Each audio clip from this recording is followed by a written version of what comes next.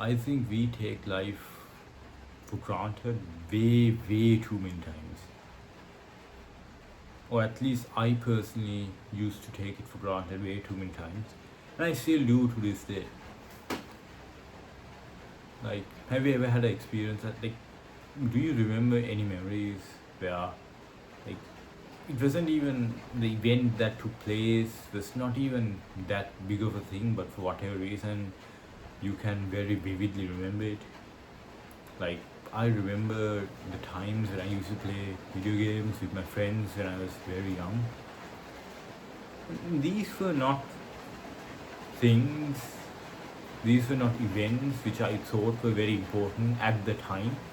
But now, when I look back on it, I realize that all of these things were actually very important for me. I still remember them to this day, and I still smile when I think about them because I find them valuable, I find them meaningful.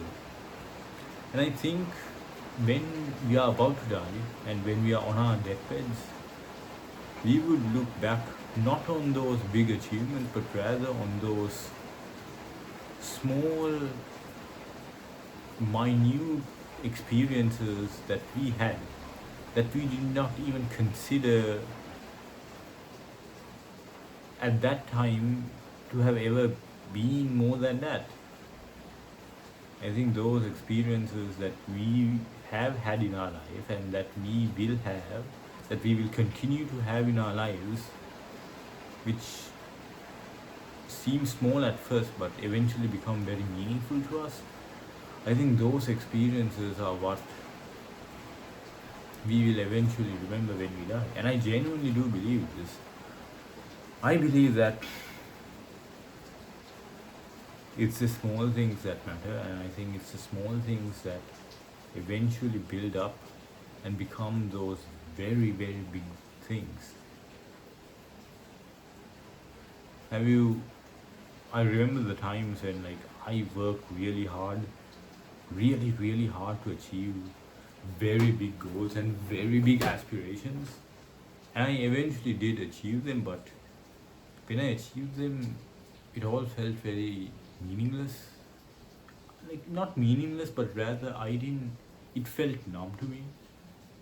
Like, I worked so hard, and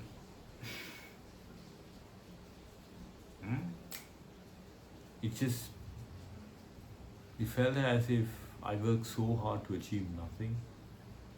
But when I look back at those small memories, at those very small events of me playing with my friends when I was in second grade, or when I had fun with my parents, the day in which I learned to ride a bike for the first time, those small things which I never even imagined would be very meaningful to me. When I look back on those memories, I feel a sense of joy and I feel such a sense of pride. I can't explain it. It just feels very meaningful. But when I look back at those goals and those very big aspirations, I don't really feel that much. Rather, I just feel like, okay, I achieved it. Now what? What's the next thing I can do? What's the next thing I can do? But when it, but I do not feel like that when I do not like, it's not the same when it comes to those memories. I'm perfectly satisfied with those small events, but with these goals and aspirations, it's like there's this sense of greed. There's this sense of more. I want more. I want to achieve more. I want to do this. I want to do that, and nothing is enough. No matter what I do, no matter what, I can never feel contempt when I'm trying to feel contempt. I hope I'm making sense, and I really hope I'm making sense. I don't want to sound like a crazy fucking person, but and I think you can relate to that too if you're watching this video, at least, of always wanting more and more and more, but never being satisfied, never being content. It's like, it's this cycle, we achieve this and we're like, oh great, haha. Then we feel numb. Then we want more and more and more and more and more, and that cycle just continues over and over and over. And it's kind of poetic, isn't it? Like very pathetic. It's like we can never be satisfied,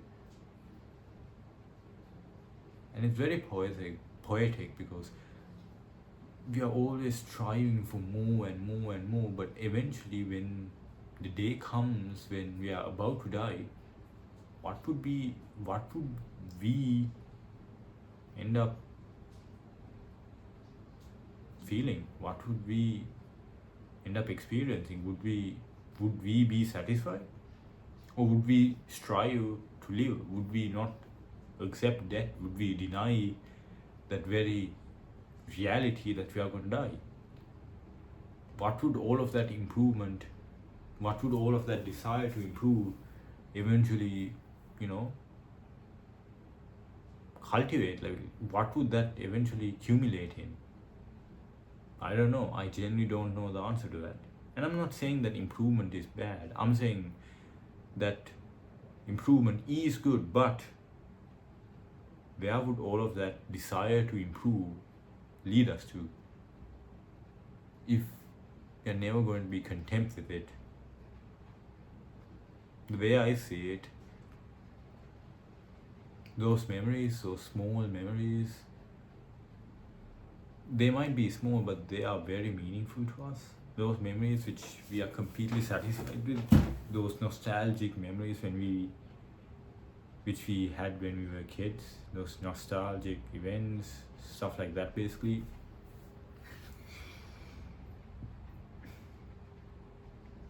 In a sense, I think those events, those situations, I think the reason why we fondly remember them is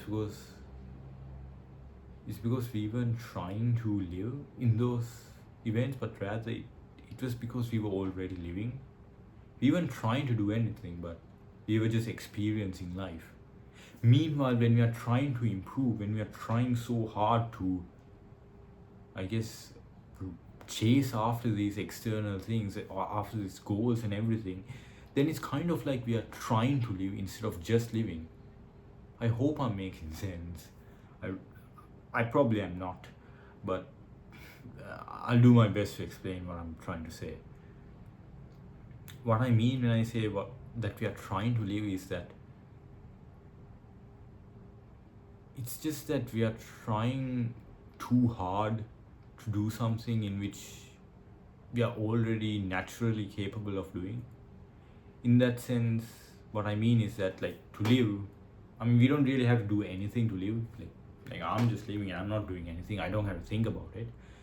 But the moment we try too hard to think about how we are going to live, what we are going to do, everything, and note every single point down, then we try to complicate a very natural way of being. We try to complicate something that's already subconsciously become habituated, and we try to interfere with those processes. And we do interfere with those processes, and it kind of takes the joy out of life, in the sense that then it doesn't feel like we are living, rather it feels like we are trying to live. And I think that's why, at least for me, when I achieved those big goals of mine, it felt as if it felt meaningless to me, because I didn't actually want those goals, but rather I kind of lied to myself and manipulated myself into believing that if I had those goals, I'd be happy. But in reality, I don't think that's true. I don't think that achieving things is how you are happy, but rather, I don't think that achieving things is how you can eventually find happiness, but rather I think happiness and contempt and peace is something that only comes when you accept life. And once you eventually feel that peace and happiness, it's all about expressing that. So I think that improving yourself and making goals and achieving goals, they're wonderful things. Like we should do them. They're great.